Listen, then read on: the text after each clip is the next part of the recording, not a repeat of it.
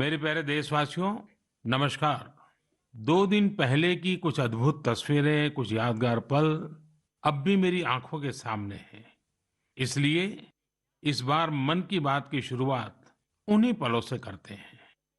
Tokyo Olympics में भारतीय खिलाड़ियों को तिरंगा लेकर चलते देखकर मैं ही नहीं, पूरा देश रोमांचित हो उठा। पूरे देश ने जैसे एक होकर अपने इन योद्धाओं से कहा, विजय भव, विजयी भव। जब ये खिलाड़ी भारत से गए थे तो मुझे इनसे गपशप करने का, उनके बारे में जानने और देश को बताने का अवसर मिला था। ये खिलाड़ी जीवन की अनेक चुनौतियों को पार करते हुए यहाँ पहुंचे हैं। आज उनके पास आपके प्यार और सपोर्ट की ताकत है। इसलिए आइए मिलकर अपने सभी खिलाड़ियों को अपनी शुभकामनाएं, उनका हौसला बढ़ाएं। सोशल मीडिया पर ओलंपिक खिलाड़ियों के सपोर्ट के लिए हमारा विक्ट्री पंच कैंपेन अब शुरू हो चुका है।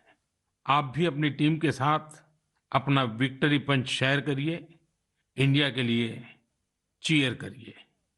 साथियों, जो देश के लिए तिरंगा उठाता है उसके सम्मान में भावनाओं से भर जाना स्वाभाविक ही है। देशभक्ति की ये भावना हम सबको जोड़ती है। कल यानी 26 जुलाई को करगिल विजय दिवस भी है।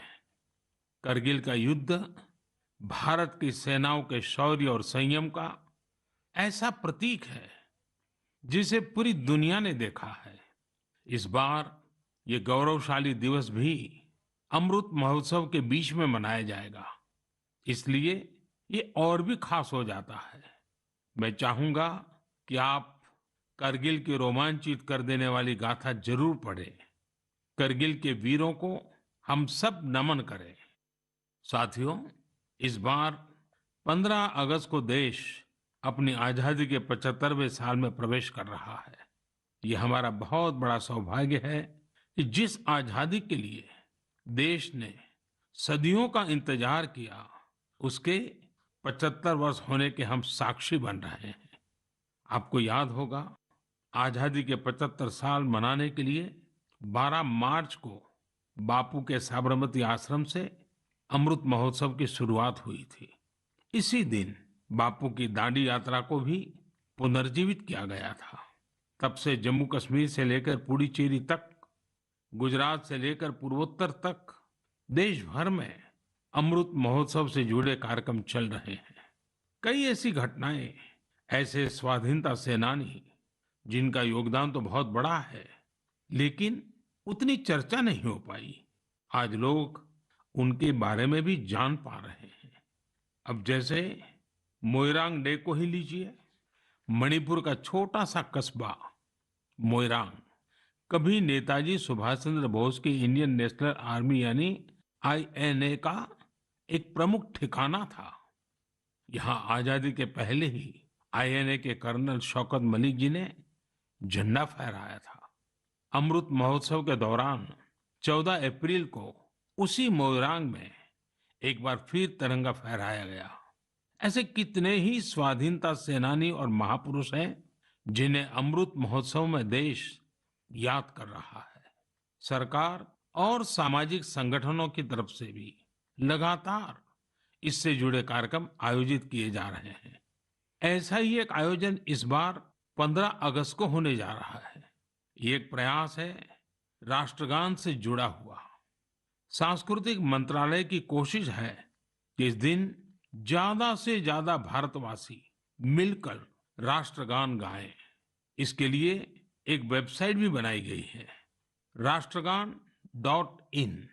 इस वेबसाइट की मदद से आप राष्ट्रगान गाकर उसे रिकॉर्ड कर पाएंगे, इस अभियान से जुड़ पाएंगे। मुझे उम्मीद है आप इस अनोखी पहल से जरूर जुड़ेंगे। इसी तरह के बहुत सारे अभियान, बहुत सारे प्रयास आपको आने वाले दिनों में देखने को मिलेंगे। अमृत महोत्सव किसी सरकार का कार्यक्रम नहीं, किसी राजनीतिक दल का कार्यक्रम नहीं, यह कोटि कोटि भारतवासियों का कार्यक्रम है। हर स्वतंत्र और कृतज्ञ भारतीय का अपने स्वतंत्रता सेनानियों को नमन है। और इस महोत्सव की मूल भावना का विस्तार तो बहुत विशाल है। ये भावना है अपने स्वाधीनता सेनानियों के मार्ग पर चलना, उनके सपनों का देश बनाना। जैसे देश की आजादी के मतवाले स्वतंत्रता के लिए एकजुट हो गए थे, वैसे ही हमें देश के विकास के लिए एकजुट होना है। हमें देश के लिए जीना है, देश के लिए काम करना है। और इसमें छोटे छोटे प्रयास भी बड़े नतीजे ला देते हैं। रोज के कामकाज करते हुए भी हम राष्ट्र निर्माण कर सकते हैं। जैसे वोकल फॉर लोकल, हमारे देश के स्थानीय उद्यमियों, आर्टिस्टों, शिल्पकारों, बुनकरों को सपोर्ट करना हमारे सहज स्वभाव में होना चाहिए। 7 अगस्त को आने वाला नेशनल हैंडलूम डे एक ऐसा अवसर है जब हम प्रयास पूर्वक भी ये काम कर सकते हैं। नेशनल हैंडलूम डे के साथ बहुत ऐतिहासिक पृष्ठभूमि जुड़ी हुई है। इसी दिन 1905 में स्वदेशी आंदोलन की शुरुआत हुई थी। साथियों, हमारे देश के ग्रामीण और आदिवासी इलाकों में हैंडलूम कमाई का बहुत बड़ा साधन है।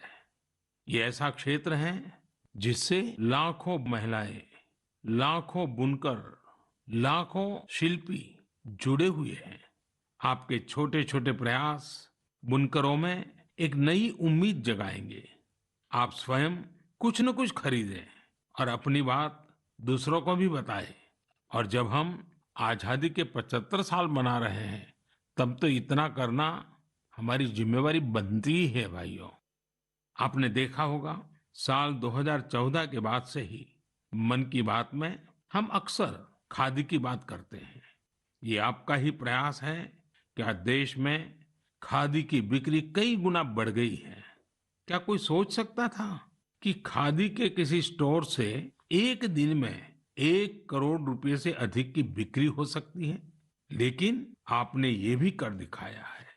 आप जब भी कहीं पर खादी का कुछ खरीदते हैं, तो इसका लाभ